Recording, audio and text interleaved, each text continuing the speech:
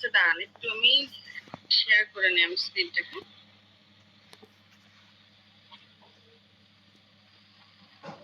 আজকে আপনাদের কি ক্লাস? যুক্তরাষ্ট্রের সংবিধানে সংবিধান। Okay fine.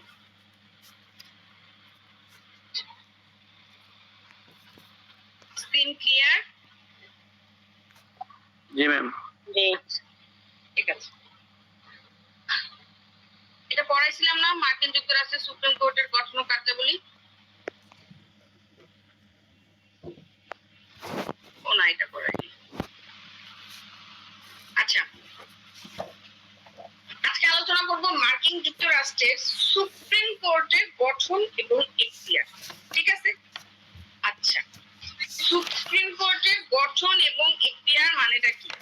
দেখেন সুপ্রিম কোর্ট কি সেটা আমরা সবাই জানি তাই না? সুপ্রিম কোর্ট হচ্ছে একটা দেশের সর্বোচ্চ আদালত। আচ্ছা তাহলে দেখেন মার্কিন যুক্তরাষ্ট্রের সুপ্রিম কোর্ট হলো ফেডারেল বিচার বিভাগের সর্বোচ্চ আদালত। যেমন আমাদের বাংলাদেশে সর্বোচ্চ আদালত কি, ঠিক তেমনি ভাবে এটাও সর্বোচ্চ আদালত। এটা মার্কিন সংবিধান অনুযায়ী প্রতিষ্ঠিত এবং রাষ্ট্রের আইন, সংবিধান এবং ন্যায় বিচার প্রতিষ্ঠায় মুখ্য ভূমিকা পালন করে। এটুকু তো আমরা ক্লিয়ার তাই না, যে সংবিধান অনুযায়ী প্রতিষ্ঠিত। সেম আমাদের বাংলাদেশের সুপ্রিম কোর্ট যেভাবে গঠিত, ঠিক আছে, ঠিক তেমনি ভাবে ওদের দেশের সুপ্রিম কোর্টও এভাবে প্রতিষ্ঠিত। ঠিক আছে, বিচার বিভাগের সর্বোচ্চ আদালত হিসেবে এটা কাজ করে এবং আপনার আইন, সংবিধান এবং ন্যায় বিচার প্রতিষ্ঠায় এটা বিশেষ ভূমিকা পালন করে। আচ্ছা সুপ্রিম কোর্টের গঠনটা কি দেখেন, সাংবিধানিক ভিত্তি মার্কিন সংবিধানের আর্টিকেল 3 অনুযায়ী সুপ্রিম কোর্টটা প্রতিষ্ঠিত হয়েছে। অর্থাৎ ওদের দেশের যে সংবিধান সেই সংবিধানের আর্টিকেল 3 অনুযায়ী আমাদের এই সুপ্রিম কোর্টটা প্রতিষ্ঠিত হয়। আচ্ছা এখানে বিচারপতি কতজন দেখেন, এই মার্কিন যুক্তরাষ্ট্রের যে সুপ্রিম কোর্ট সেই সুপ্রিম কোর্টের মোট বিচারপতির সংখ্যা 9 জন। তাদের মধ্যে একজন হচ্ছেন প্রধান বিচারপতি অর্থাৎ চিফ জাস্টিস, আর বাকি 8 জন হচ্ছে অ্যাসোসিয়েট জাস্টিস অর্থাৎ কি সহকারী যে আপনার বিচারপতিরা তারা। আচ্ছা এখন আগে আপনাদেরকে বুঝতে হবে বিচারপতি মানে কি।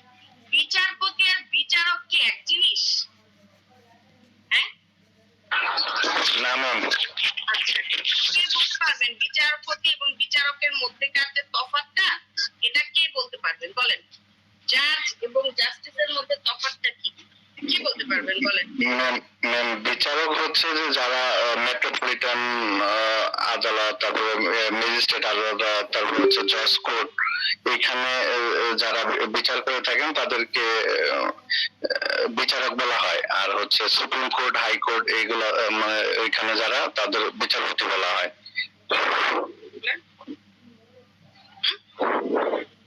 সুপ্রিম কোর্ট এবং হাইকোর্টে কি বিচারক নাই? সুপ্রিম কোর্টের যে হাইকোর্ট, সুপ্রিম কোর্টে বলেন কয়টা বিভাগ বলেন? দুইটা, একটা হচ্ছে হাইকোর্ট, একটা হচ্ছে অ্যাপিলেট বিভাগ। Appellate division. জি অ্যাপিলেট ডিভিশনে কি কোনো বিচারক নাই?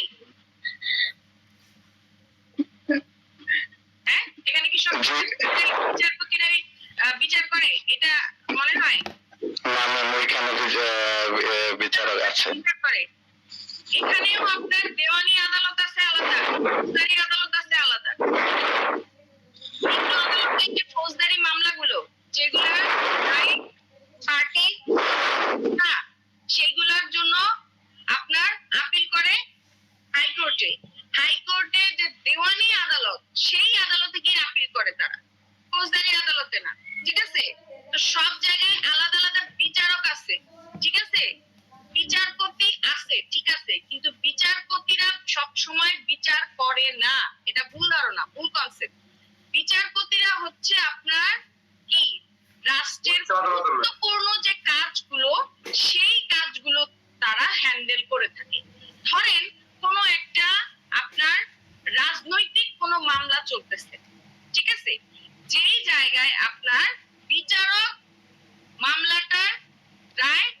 হচ্ছে, কিন্তু তবুও যখন আপনার এই রাজনৈতিক ইস্যু বা রাজনৈতিক মামলাটা যখন একদম সিভিয়ার পর্যায়ে চলে যাচ্ছে, ঠিক আছে, সেই ক্ষেত্রে বিচারপতি বা জাস্টিস আসতেছে, ঠিক আছে, বা আপনার ইন্টারন্যাশনাল যে কেসগুলা, ঠিক আছে, একটা রাষ্ট্রের সাথে আরেকটা রাষ্ট্রের যে আপনার মামলাগুলো হয়ে থাকে, এই টাইপের যে বিষয়গুলো, এইখানে বিচারপতি আপনার কাজ করে থাকে। সাংবিধানিক কোনো বিষয় নিয়ে যদি মামলা হয়ে থাকে, ঠিক আছে, সোজা হিসাব আইনগত কোনো বিষয় নিয়ে যদি কোনো মামলা হয়ে থাকে, সেই ক্ষেত্রে আপনার বিচারপতি বা জাস্টিস বিচার করবে। কিন্তু আদারওয়াইজ সব ক্ষেত্রে বিচারকই আপনার বিচার করবে, এবং বিচারপতি হচ্ছে আপনার সমগ্র আদালতের জাস্টিসেস অফ দ্য পিস, মানে হচ্ছে আপনার বিচারকদেরকে বিচারপতিদের কাছে জবাবদিহিতা করতে হবে। আমাদের লয়ারদের যেরকম আপনার জবাবদিহিতা করতে হয় কার কাছে? বার কাউন্সিলের কাছে, অর্থাৎ বার কাউন্সিলের যে প্রধান অ্যাটর্নি জেনারেল ওনার কাছে, ঠিক তেমনি ভাবে এই যে বিচারক, এই বিচারকরা হচ্ছে আপনার জুডিশিয়াল সার্ভিস কমিশন যে আছে ওদের দ্বারা পরিচালিত, এবং সেই জায়গায় মেন কি বিচারপতি, জাস্টিস, তাইলে জাস্টিসের কাছে তাদেরকেও জবাবদিহিতা করতে হয়। বুঝতে পারছেন বিষয়টা? তাহলে বিচারপতি আর বিচারক এক জিনিস কখনোই না। আর এই কনসেপ্টটা সম্পূর্ণ ভুল যে বিচারপতি সুপ্রিম কোর্টের যত মামলা আছে সব ডিল করে। নো, সুপ্রিম কোর্টেও আপনার বিচারকরাই মামলা ডিল করবে, তবে সেই জায়গায় যে বিচারপতিরা থাকবে তারা আপনার যখন কোনো রাজনৈতিক ইস্যু, রাজনৈতিক মামলা বা কোনো আইনগত বা সাংবিধানিক কোনো ইস্যু নিয়ে যখন মামলা হয়েছে সেই ক্ষেত্রে তারা ডিল করবে। বুঝাতে পারছি? জি ম্যাম। জি ম্যাম। সবাই বুঝতে পারছে? জি ম্যাম। ম্যাম নিম্ন আদালতে ম্যাম বিচারক, উচ্চ আদালতে বিচারপতি। বুঝি না, একটু বলেন, ভালো করে বলেন, কি বললেন?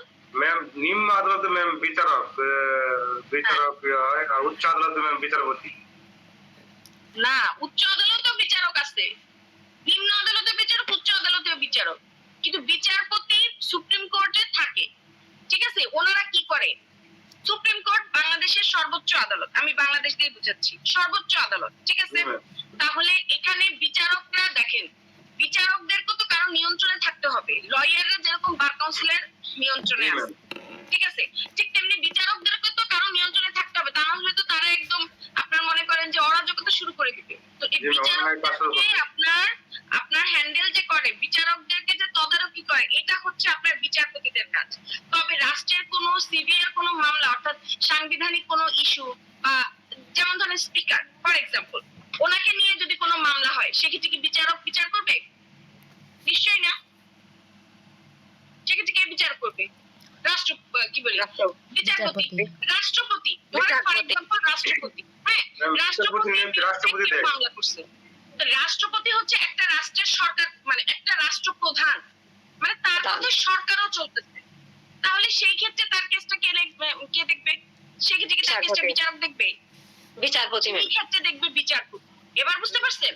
অর্থাৎ রাষ্ট্রের যে গুরুত্বপূর্ণ ব্যক্তিবর্গ এবং আপনার কোনো গুরুত্বপূর্ণ কেস, সাংবিধানিক কোনো কেস, আন্তর্জাতিক কোনো মামলা, অর্থাৎ ইন্টারন্যাশনাল যে মামলাগুলো, একটা রাষ্ট্রের সাথে অন্য রাষ্ট্রের মধ্যে যদি যে মামলাগুলো চলবে, সেটা হতে পারে যুদ্ধ বিষয়ক কোনো কিছু বা কূটনৈতিক কোনো বিষয়বস্তু, হ্যাঁ, এই ধরনের বিষয়গুলো বিচারপতি ডিল করবে। এছাড়াও বিচারক যদি তার কাজের ক্ষেত্রে কোনো ভুল করে থাকে, বা সে যদি কোনো কাজে মানে সে যদি সঠিকভাবে রায় দিতে পারতেছে না, সে যদি কোনো সমস্যার সম্মুখীন হয় রায় প্রদানের সময়, সেই ক্ষেত্রে তিনি বিচারপতির সহযোগিতা নিতে পারেন। এই হচ্ছে ব্যাপার। এবার বুঝছেন? জি ম্যাম। ম্যাম বিচারপতি নিয়োগ রাষ্ট্রপতি দেয়? হ্যাঁ হ্যাঁ, রাষ্ট্রপতি বিচারপতি নিয়োগ দেয়। রাষ্ট্রপতি তো সবাইকে নিয়োগ দিচ্ছে। রাষ্ট্রপতি প্রধান বিচারপতিকে নিয়োগ করতেছে, আর প্রধান বিচারপতি বাকি সবাইকে নিয়োগ করতেছে। কিন্তু তাই বলে রাষ্ট্রপতি যদি কোনো অন্যায় করে তার কি বিচার হবে না? বলেন। যেমন সরকার গঠন করে জনগণ, ঠিক আছে, এবং সেই সরকার আবার মন্ত্রী পরিষদ গঠন করে দিল, তাই বলে সরকার কোনো অন্যায় করলে কি তার বিচার হয় না? হ্যাঁ, অবশ্যই বিচার হয়। এইটার কথা বলছি, বুঝতে পারছেন? জি ম্যাম, বুঝতে পারছি ম্যাম। আচ্ছা, তো যাই হোক, আমরা যেটা করতেছিলাম মার্কিন যুক্তরাষ্ট্র, তো মার্কিন সংবিধানের যে সুপ্রিম কোর্ট, সেই সুপ্রিম কোর্টের টোটাল বিচারপতির সংখ্যা হচ্ছে 9 জন। তাদের মধ্যে প্রধান বিচারপতি হচ্ছেন একজন, এবং বাকি 8 জন হচ্ছেন আপনার অ্যাসোসিয়েট জাস্টিস, যারা ওনাকে সহযোগিতা করে। আচ্ছা, এখন এদেরকে নিয়োগ করা হয় কিভাবে? সেম প্রসিডিউর, বাংলাদেশের যে প্রসিডিউর সেম প্রসিডিউর। দেখেন, রাষ্ট্রপতির মাধ্যমে তারা মনোনয়ন হবে এবং সেনেটে তাদেরকে অনুমোদন দিবে। আর বিচারপতিরা আজীবন পদে অধিষ্ঠিত থাকেন, অবসান বা অভিশংসন ব্যতীত। কিন্তু এটা কিন্তু আমাদের বাংলাদেশে নাই, ঠিক আছে? আমাদের বাংলাদেশে 5 বছরের জন্য আপনার বিচারপতিরা নিয়োগ হয়ে থাকে, ঠিক আছে? অর্থাৎ যতদিন ক্ষমতা আছে ততদিন তারা আছে, ক্ষমতা শেষ, নতুন ভাবে সবকিছু আবার নির্বাচন শুরু হবে এবং নতুন ভাবে তাদেরকেও রাষ্ট্রপতি চাইলে পরিবর্তন করবে। এই হচ্ছে ব্যাপার। কিন্তু ওদের ব্যাপারটা হচ্ছে আলাদা। রাষ্ট্রপতি মাধ্যমে তারা মনোনয়ন পায় সত্যি, কিন্তু তাদের অনুমোদন দিবে হচ্ছে সেনেট। সেনেট মানে এই যে আমাদের যেমন সংসদ, জাতীয় সংসদ আছে না, ওদেরও সেটা সেনেট হিসেবে বলা হয়েছে। এটা আমি অলরেডি আপনাদের ক্লাস নিয়েছি এই সম্পর্কে।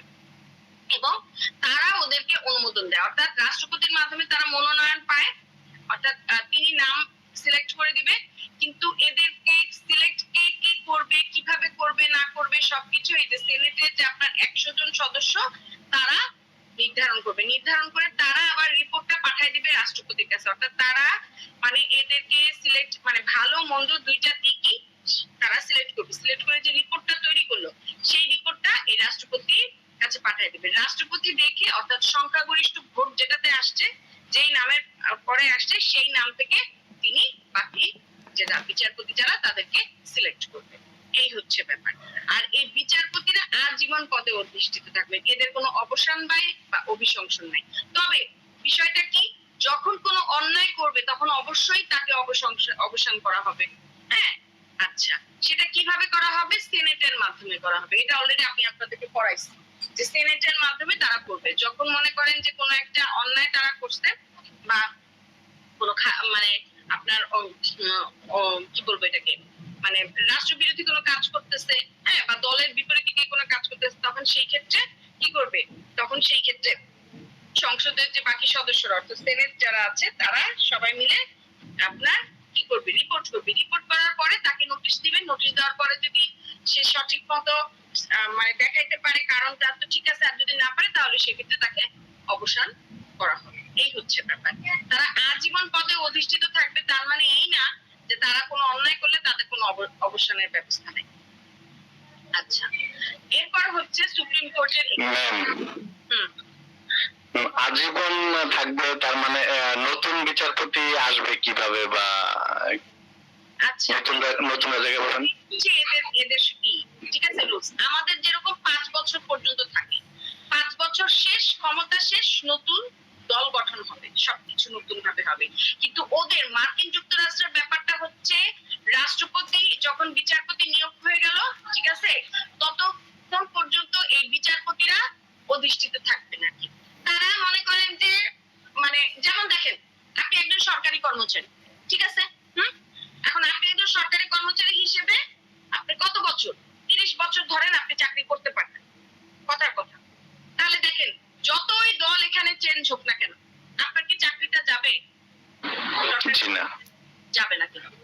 আপনার যে টাইম লিমিটেশন, অর্থাৎ 30 বছর পরে যে আপনি আর চাকরি থেকে আপনি বের হয়ে যাবেন, অর্থাৎ একদম প্রথম ফার্স্ট যখন আপনি অ্যাপয়েন্টমেন্ট লেটারটা হাতে পাইলেন সেই জায়গায় যে বলা হয়েছে 30 বছর, ওই 30 বছর যেদিন আপনার শেষ হবে সেদিন আপনার চাকরি শেষ, ঠিক আছে? তার আগ পর্যন্ত আপনার যতই দল মানে পরিবর্তন হোক না কেন আপনার কিন্তু চাকরি যাবে না। যাবে কি? যদি আপনি সেরকম কোন অসদাচরণ না করে থাকেন বা দুর্নীতির সাথে না জড়ায় থাকেন, তাহলে বিষয়টা ঠিক না? ঠিক তেমনি ভাবে বিচারপতিদেরকেও এইভাবে বলা হয়েছে। বুঝতে পারছেন? এবার এটা হচ্ছে আজীবন, বুঝছেন? জি ম্যাম। এটা হচ্ছে আজীবন। আজীবন মানে হতে থাকে সারা জীবন, তার মৃত্যুর আগ পর্যন্ত যে সে মানে থাকবে, বিষয়টা তা না। বুঝতে পারছেন? নির্দিষ্ট মেয়াদ পর্যন্ত। হ্যাঁ হ্যাঁ, নির্দিষ্ট মেয়াদ পর্যন্ত। ঠিকই, যদিও মেয়াদটা এখানে নাই, তো আমি বলতে পারছি না। সুপ্রিম কোর্টের এখতিয়ার, সুপ্রিম কোর্টের এখতিয়ারটা কি? আমাদের যেমন যে কোর্টগুলো আছে সেই কোর্টের এখতিয়ার কি? আপিল এখতিয়ার আছে, তারপরে হচ্ছে আপনার মূল এখতিয়ার আছে, হ্যাঁ,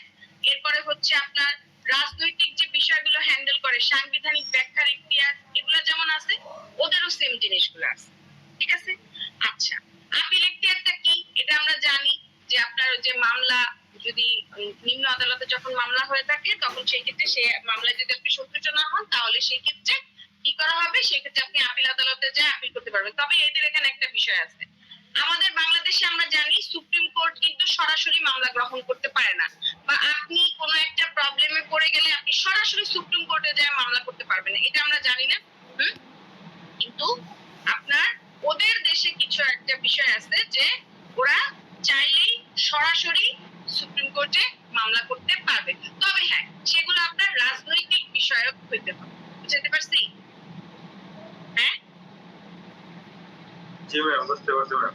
এইটাই। কিন্তু আমাদের বাংলাদেশের রুলস অনুযায়ী আপনি সরাসরি সুপ্রিম কোর্টে যায় মামলা করতে পারবেন না, ঠিক আছে? একমাত্র আপনি হাইকোর্টে যাইতে পারবেন, তাও কি করার জন্য, রিট করার জন্য।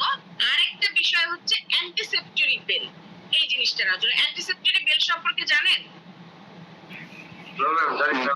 আগাম জামিন, অর্থাৎ ধরেন আপনার বিরুদ্ধে একটা মামলা হবে সম্ভাবনা আছে, ওই মুহূর্তে আপনি যাইয়া আগাম জামিন নিতে পারবেন। এটা সম্বন্ধে সবাই তো কম বেশি জানে, আগাম জামিন নিতে পারবেন। তো আগাম জামিন নিতে পারবেন শুনে অনেকের একটা ভ্রান্ত ধারণা, যে মানে ভাবে কি যে সবাই মনে হয় আগাম জামিন নিতে পারবে, ঠিক আছে?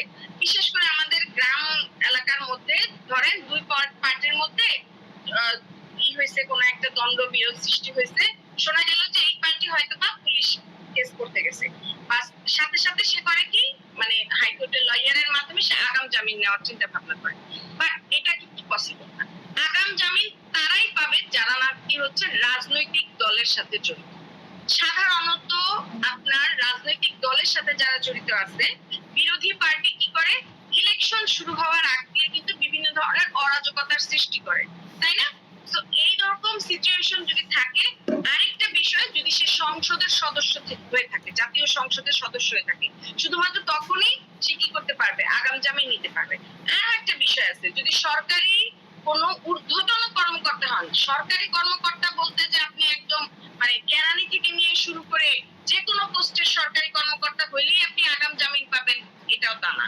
আপনি যখন কোনো একটা সরকারি অফিসের ঊর্ধ্বতন কর্মকর্তা হিসেবে আছেন, যে ক্ষেত্রে আপনি হচ্ছেন পুরো অফিসটার হেড, আপনার মাধ্যমে পুরো অফিসটা পরিচালিত হচ্ছে, সেই ক্ষেত্রে আপনি যায়া আগাম জামিন নিতে পারবেন। বুঝতে পারছেন? কিন্তু তবুও সেটা সুপ্রিম কোর্টে না, হাই কোর্টে। ওকে, এই হচ্ছে ব্যাপার।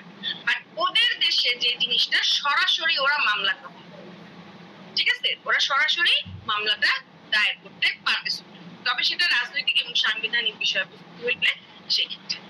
আচ্ছা গেল। এরপরে হচ্ছে আপিল এখতিয়ার। আপিল এখতিয়ার তো জানেনই যে নিম্ন আদালতের যে রায়, সেই রায়ে যদি সন্তুষ্ট না হয় তাহলে আপিল শুনানি করা হয়, শেষ। এরপর হচ্ছে সংবিধান ব্যাখ্যার ক্ষমতা, এটা আমাদের বাংলাদেশেও আছে। আইন এবং সরকারি সিদ্ধান্ত নিয়ে সংবিধান অনুযায়ী ঠিকমতো হচ্ছে কিনা, বা সংবিধানের বাইরে গিয়ে কোনো কাজ করা হচ্ছে কিনা, এইগুলা চিন্তা ভাবনা করে সাংবিধানিক যে মামলাগুলো সেগুলো করা যায়। এগুলো আমাদের দেশেও করা হয়, ঠিক আছে? তবে আমাদের দেশে সরাসরি সুপ্রিম কোর্টে করতে পারবেন না, আপনি করবেন হচ্ছেন হাইকোর্টে, ঠিক আছে? হাইকোর্টে রিট করবেন, এবং যদি কোনো সরকারি অফিস, আমি রিট সম্পর্কে আলোচনা করাইছিলাম আপনাদের ক্লাসে, যে রিট অফ ম্যান্ডামাস মনে আছে, যে সরকারি কোনো কর্মকর্তা যদি কোনো কাজ না করে যেটা নাকি তার ইসের জন্য আপনার কি বলবো সেটাকে, এই মানে জনগণের স্বার্থে ব্যাঘাত ঘটাচ্ছে, সেই ক্ষেত্রে জনগণ কি করতে পারে, রিট অফ ম্যান্ডামাসের মাধ্যমে ওই সরকারি কর্মকর্তাকে তার কাজ করার জন্য বাধ্য করার যে আদেশটা নেয়, সেটাই হচ্ছে রিট অফ ম্যান্ডামাস। তো আপনি সুপ্রিম কোর্টে সরাসরি যেতে পারবেন না, আপনি রিটটা করবেন কোথায়, হাইকোর্টে। হাইকোর্টে করার পরে যদি আপনার হাইকোর্টের ওই রায়ে যদি আপনি সন্তুষ্ট না হন, অর্থাৎ আপনার মানে রায়টা যদি ওরকম সন্তুষ্ট মানে আপনার মন মতো না হয়, তখন সেই ক্ষেত্রে আপনি যাবেন হচ্ছেন আপনি তখন সেই ক্ষেত্রে যাবেন হচ্ছেন কোথায়, সেই ক্ষেত্রে যাবেন হচ্ছেন আপনি কি বলে এটাকে, সুপ্রিম কোর্ট। বুঝতে পারছেন? অর্থাৎ দ্বিতীয় আপিল যেটাকে বলা হয়, বুঝতে পারছেন বিষয়টা? জি ম্যাম, বুঝতে পারছি। এই হচ্ছে ম্যাম, বলবেন। ম্যাম এটা মানে বর্তমান প্রেক্ষাপটের একটা অপ্রাসঙ্গিক কথা জানার জন্য জিজ্ঞাসা করতে চাই। বলেন আপনি। ম্যাম ওই যে আমাদের যে এখন বর্তমানে যে প্রধান মানে এক্স বিচারপতি মানে ওনাকে যে এখন ইয়া করা হচ্ছে, এটা আসলে তাহলে কি মানে ওনার যে উনি তো তখন একটা রায় দিয়েছিলেন, তো এখন বর্তমানে ওনার রায় এটা আবার অকার্যকর বা ওনার রায়ের উপর ভিত্তি করে ওনাকে যে আবার এখন যে পানিশমেন্টের ব্যবস্থা করা হয়েছে, মানে এই বিষয়টা একটু আসলে জানতে চাচ্ছি। মানে এটা আমি কিছু বলতে চাচ্ছি না, এটা বর্তমানে রাজনৈতিক বিষয়, আমি এটা নিয়ে কিছু বলতে চাচ্ছি না আসলে। ঠিক আছে, ওকে ম্যাম। যেটা বলা আছে সেটা নিয়ে আমি রাজনৈতিক ইস্যু নিয়ে আসলে কিছু বলতে চাচ্ছি না। মানে আমি জানতে চাচ্ছিলাম যে ইয়াটা আর কি, যে মানে তাহলে যে একজন বিচারপতি বা যে কেউ যে একটা রায় দিয়ে দিলে এর পরবর্তীতে মানে এটা ভুল ভুল হয়েছে, এটা আবার আরেকজন ধরলো, এটাই আর কি জানতে চাচ্ছিলাম। ওকে ম্যাম, সমস্যা নেই। এটা অবশ্যই করা যায়, এটা তো কোনো আপনি করতে পারেন না। ধরে না বিচারপতি হয়েছে বলে কি সে মানুষ না? হ্যাঁ, মানুষ আমরা কিন্তু জানি মানুষ মাত্র, তাই না? একজন বিচারক যেখানে ভুল করতে পারে, বিচারপতি যে ভুল করবে না তার কি গ্যারান্টি আছে, তাই না? যদি এরকম কিছু হয়ে থাকে এবং এটা যদি আপনার অভিযোগ আসে, তাহলে অবশ্যই যে প্রধান বিচারপতি, হ্যাঁ, সে প্রধান বিচারপতি বিষয়টা হ্যান্ডেল করবে। এখন কথা হচ্ছে যদি প্রধান বিচারপতি ভুল করে থাকে তখন কি করবে? তখন সেক্ষেত্রে রাষ্ট্রপতি বিষয়টা হ্যান্ডেল করবে। বুঝতে পারছেন? জি ম্যাম। এই হচ্ছে ব্যাপারটা, ঠিক আছে? আচ্ছা, এবার আসে সুপ্রিম কোর্টের গুরুত্ব ভূমিকা। তাহলে মার্কিন যুক্তরাষ্ট্রের সুপ্রিম কোর্টের কাজ কি বোঝা গেছে?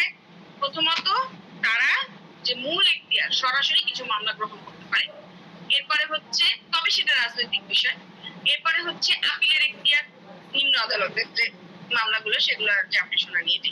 3 নাম্বার হচ্ছে সাংবিধানিক কোনো ব্যাখ্যার ক্ষমতা তাদের আছে।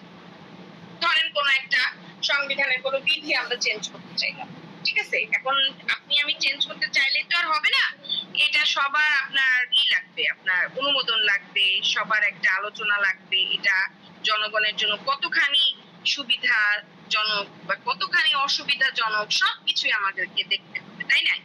তো এগুলা নিয়ে আপনার কি সুপ্রিম কোর্ট ডিল করে থাকে। আচ্ছা, তো যাই হোক, সুপ্রিম কোর্টের গুরুত্ব ভূমিকা কি? আইনের চূড়ান্ত ব্যাখ্যাকারী। আদালত ফেডারেল আইন এবং সংবিধানের চূড়ান্ত ব্যাখ্যা দেয়। আচ্ছা, এটা কি?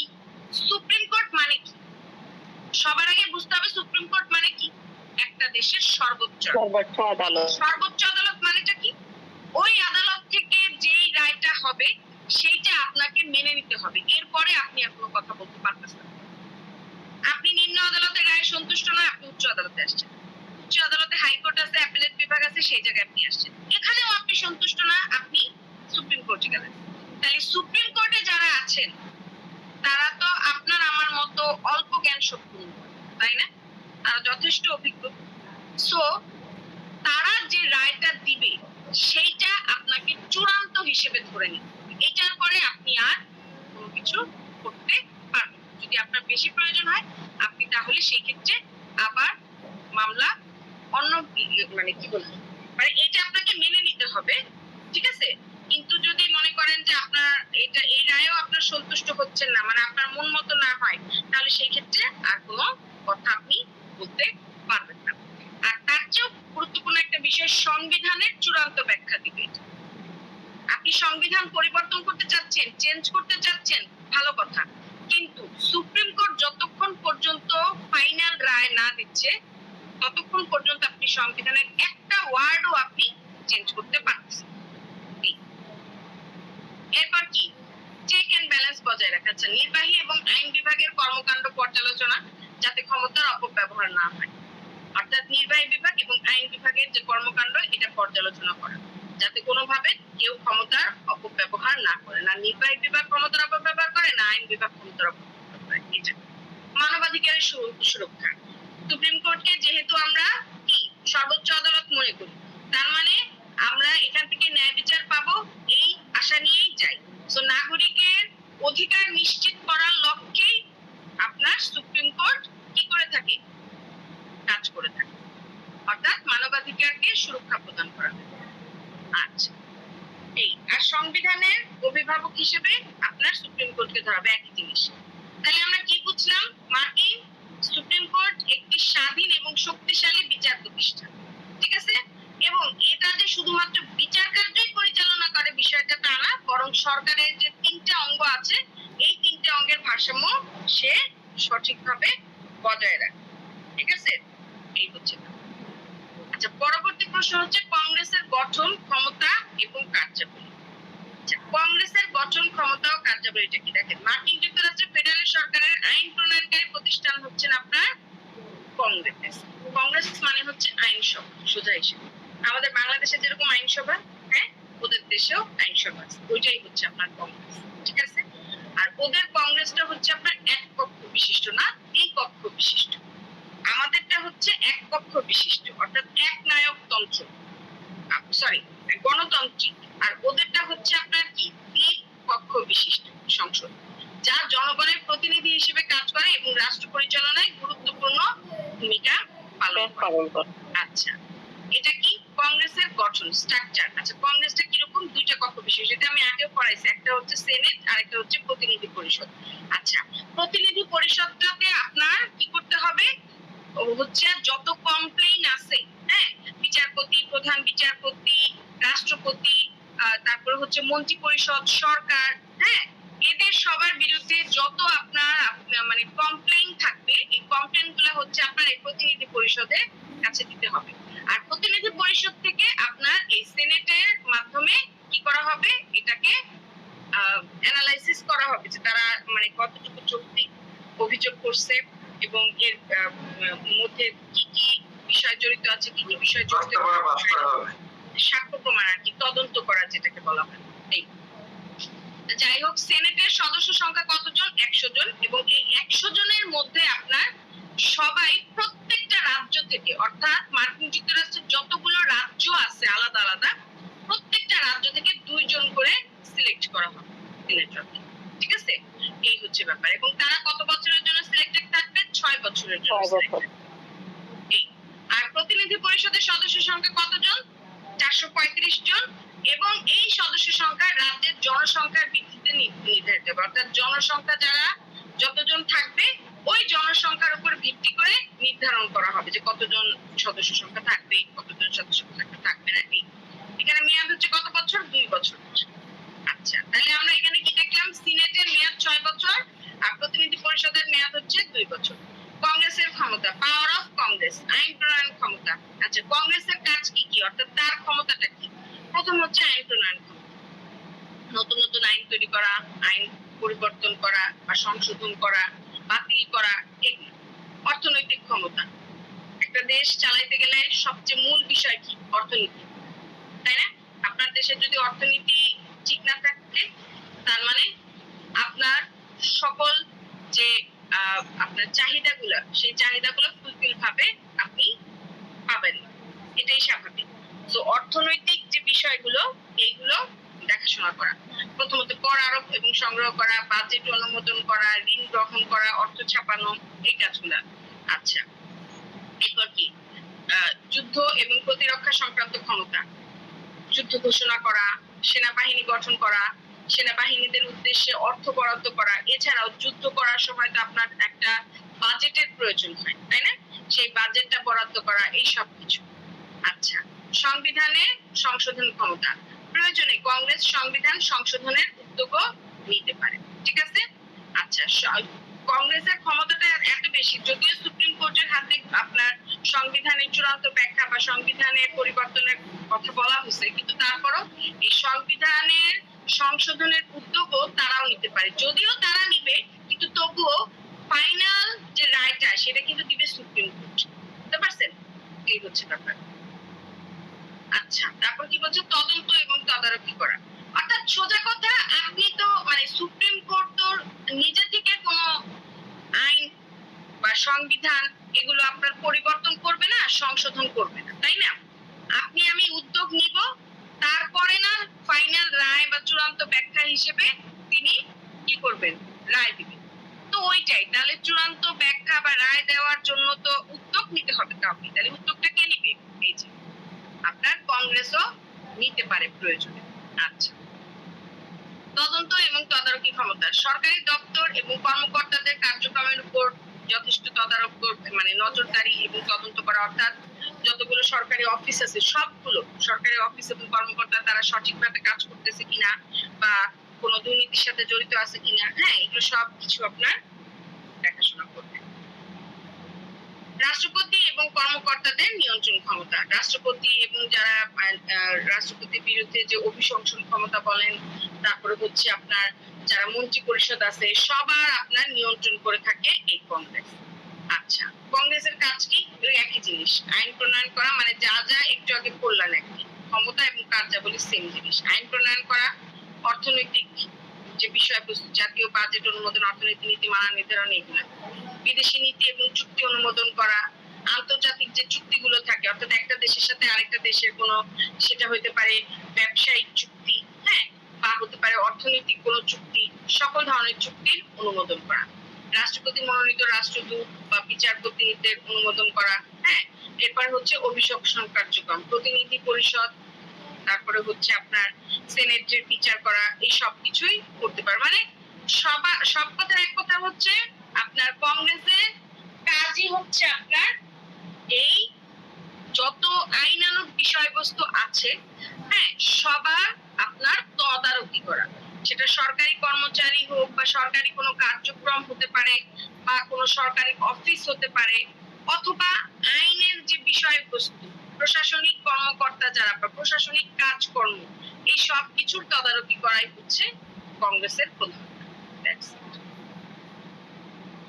ওকে, 3 নাম্বার কি বলছে? পারস্পরিক নিয়ন্ত্রণ এবং ভারসাম্য নীতির ব্যাখ্যা। এই নীতিটা আমেরিকান যুক্তরাষ্ট্রের সাথে কতটুকু আপনার কার্যকর হবে? আচ্ছা, এটা কি? গণতান্ত্রিক রাষ্ট্রে ক্ষমতার অপব্যবহার রোধ এবং সুশাসন নিশ্চিত করার জন্য এই পারস্পরিক নিয়ন্ত্রণ এবং ভারসাম্য নীতিটা করা হয়। এই যে একটু আগে আমরা চেক এন্ড ব্যালেন্সের একটা বিষয় দেখলাম, এইটা অর্থাৎ মার্কিন যুক্তরাষ্ট্রের সংবিধান নীতির মাধ্যমে দেশের যে 3টা শাসন বিভাগ, এই 3টা শাসন বিভাগের মধ্যে যাতে ক্ষমতার ভারসাম্য সঠিকভাবে বজায় থাকে, এইটাই হচ্ছে এটার মূল কাজ। পারস্পরিক নিয়ন্ত্রণ এবং ভারসাম্য নীতির ব্যাখ্যা। দেখেন, চেক এন্ড ব্যালেন্স বলতে আমরা কি বুঝি? একটা শাসন ব্যবস্থায় এমন কাঠামো যেখানে রাষ্ট্রের 3টি শাখা থাকবে, আইন প্রণয়ন, নির্বাহী কমিটি এবং হচ্ছে বিচার বিভাগ। এরা যাতে একে অপরের আপনার সাথে কোনো বিরোধ সৃষ্টি না হয় বা তারা যাতে তাদের ক্ষমতার অপব্যবহার করতে না পারে, সেটার জন্য তাদেরকে নিয়ন্ত্রণ বা পর্যালোচনা করাই হচ্ছে এর মূল কাজ। মূল উদ্দেশ্য কি? একক শাখার অতিরিক্ত ক্ষমতা রোধ করা, সাংবিধানিক শাসন প্রতিষ্ঠা করা, স্বাধীন বিচার ব্যবস্থা এবং গণতান্ত্রিক পরিবেশ নিশ্চিত করা। আচ্ছা, মার্কিন যুক্তরাষ্ট্রে সরকারের এই নীতির প্রয়োগ কি? আচ্ছা, এর পরবর্তী আমাদের প্রশ্নটা কি ছিল যে সরকারের ক্ষেত্রে এটা কতটুকু কার্যকর? দেখেন, মার্কিন যুক্তরাষ্ট্রের সরকার 3টা ভাগে বিভক্ত। একটা হচ্ছে কংগ্রেস, আরেকটা হচ্ছে প্রেসিডেন্ট, আরেকটা হচ্ছে সুপ্রিম কোর্ট। ঠিক আছে, তাহলে কংগ্রেসের এখানে সে বিশেষ ভূমিকা পালন করে। কেন? এটা হচ্ছে আপনার প্রেসিডেন্টকে অভিশংসন, বাজেট পাস করা, যুদ্ধ ঘোষণা, হ্যাঁ, এই সব কিছু নিয়ন্ত্রণ সে করে থাকে। প্রেসিডেন্টের ক্ষমতা যেটা এখানে বলা হইতেছে আইনটাকে কার্যকর করা হচ্ছে, অর্থাৎ নতুন নতুন আইন তৈরি করা, আইনের পরিবর্তন, সংশোধন, সবকিছু। এছাড়াও বিচারপতি মনোনয়ন করা, সবকিছু।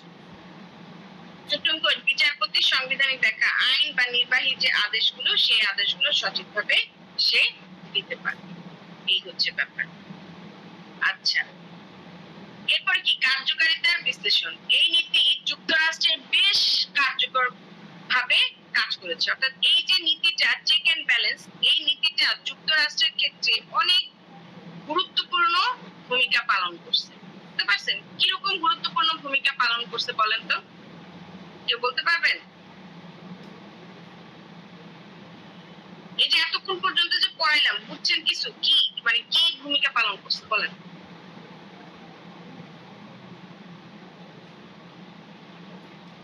হ্যাঁ,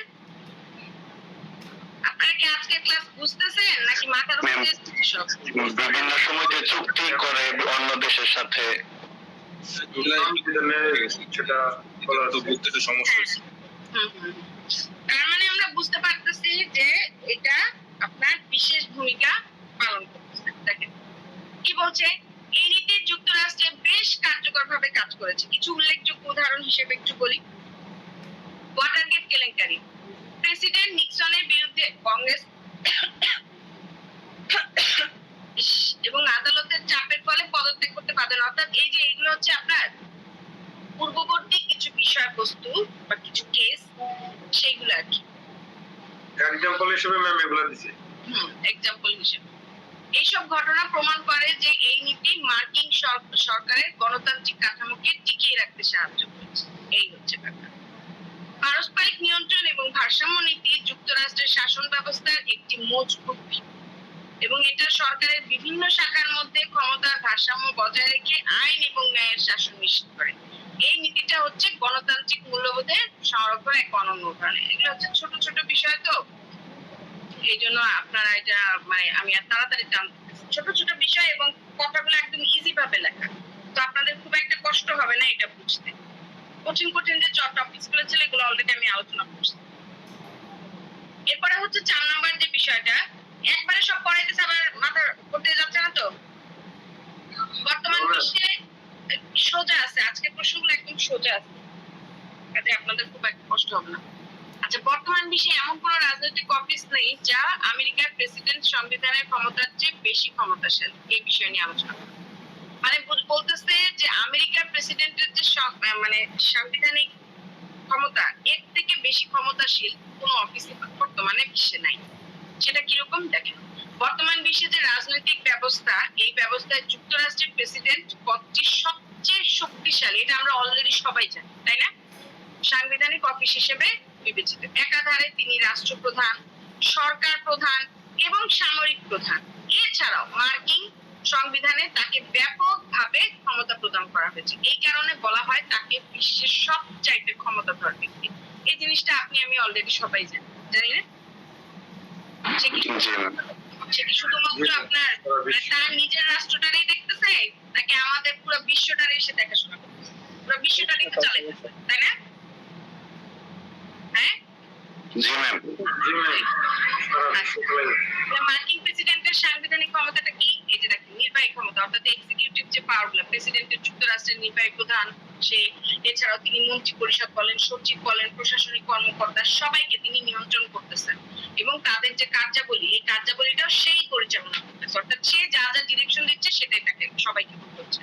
সশস্ত্র বাহিনীর প্রধান, প্রেসিডেন্টের দেশের সামরিক বাহিনীর সর্বোচ্চ কমান্ডার এবং যুদ্ধ পরিস্থিতিতে সামরিক সিদ্ধান্ত গ্রহণে তার বিশেষ ক্ষমতা রয়েছে। কূটনৈতিক ক্ষমতা, আন্তর্জাতিক চুক্তি সম্পাদন, বিদেশি রাষ্ট্রপ্রধান এবং রাষ্ট্রদূতের শিকার, রাষ্ট্রদূত নিয়োগ, এই সব কিছুই হচ্ছে তার কাজ। আচ্ছা, আইন প্রণয়নের প্রভাব যথেষ্টভাবে তিনি পালন করে থাকেন।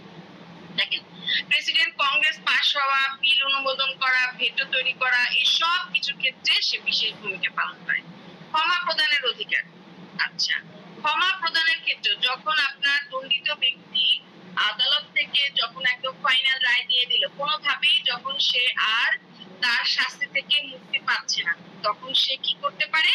সে আপনার ক্ষমা জন্য কি করতে পারে? রাষ্ট্রপতির কাছে যদি সে ক্ষমা প্রার্থনা করে, তাকে ক্ষমা করতে পারে। এই ক্ষমতাটাও তার আছে। এটা শুধু সেটি ক্ষেত্রে না, আমাদের বাংলাদেশের রাষ্ট্রপতির কাছে ক্ষমা চাইলে যদি তার মানে সে যদি উপযুক্ত মনে করে ক্ষমা প্রদর্শন করতে পারে। গত প্রধানমন্ত্রী, গত প্রেসিডেন্ট বারাক ওবামা তার ছেলেকে অপরাধী থেকে মুক্তি দিয়েছিল না। আচ্ছা, যুক্তরাজ্য, ভারত কিংবা বাংলাদেশের রাষ্ট্রপ্রধানের ক্ষমতা সীমিত এবং অনেক ক্ষেত্রে আনুষ্ঠানিক, এটা আমরা জানি। মানে আমাদের যে রাষ্ট্রপ্রধানের ক্ষমতা, এটা আমরা যতটুকু মনে করি অতটুকু কিন্তু না, এটা সীমিত, তাই না? এবং অনেক ক্ষেত্রে দেখা যায় যে শুধুমাত্র সে আনুষ্ঠানিক যে মানে কাজগুলো সেটাই করতেছে। আলটিমেটলি আমরা যদি ভালো করে খেয়াল করি, তাকেও আপনার লোক চালায়, ঠিক কিনা? বিষয়টা হচ্ছে এরকম, মানে দুর্নীতি নিয়ে দিয়ে ভরা বলতে গেলে। ভারত, বাংলাদেশ, এদিকে যে রাষ্ট্রপ্রধানের যে ক্ষমতাগুলো, এরা সঠিকভাবে ভাবে পালন করে না। তার একটা রাষ্ট্রপ্রধান মানে হচ্ছে একটা রাষ্ট্রের প্রধান।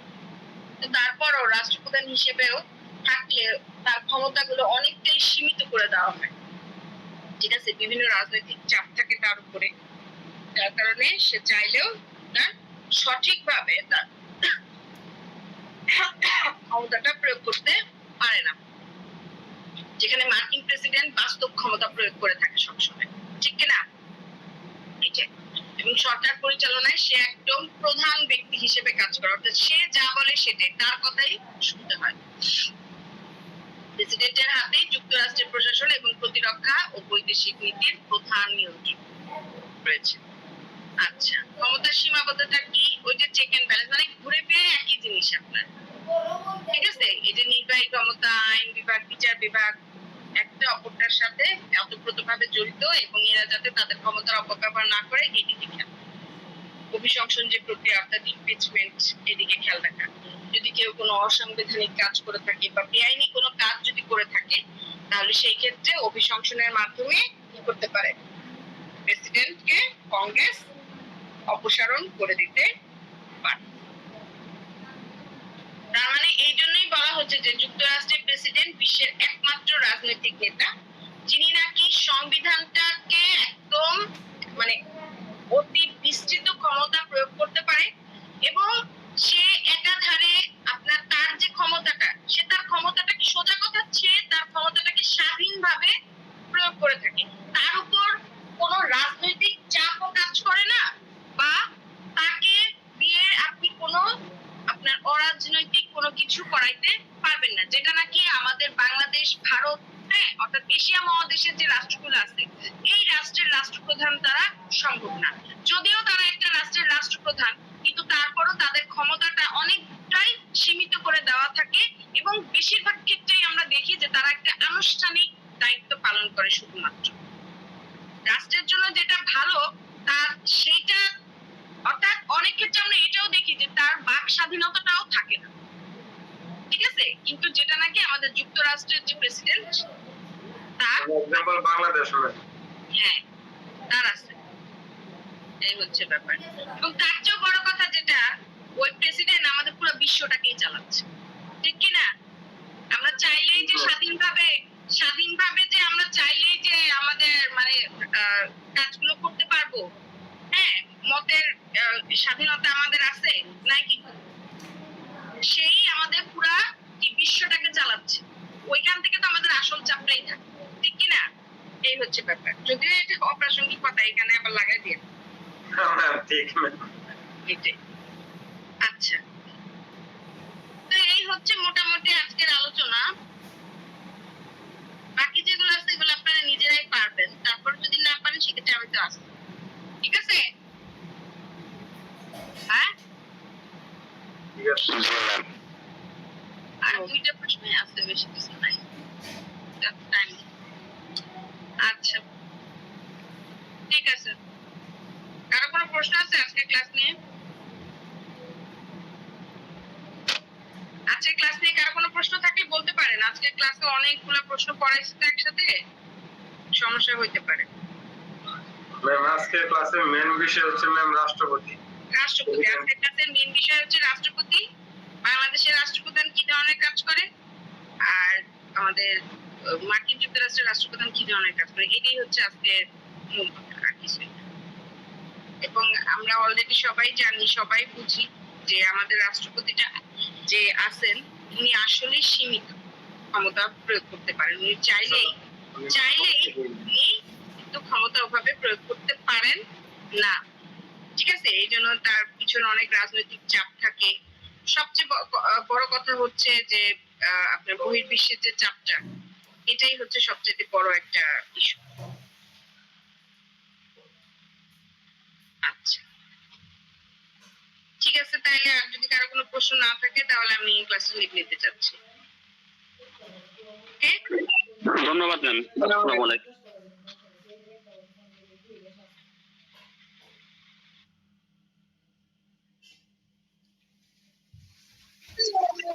আপনাদের সবাইকে অনেক ধন্যবাদ।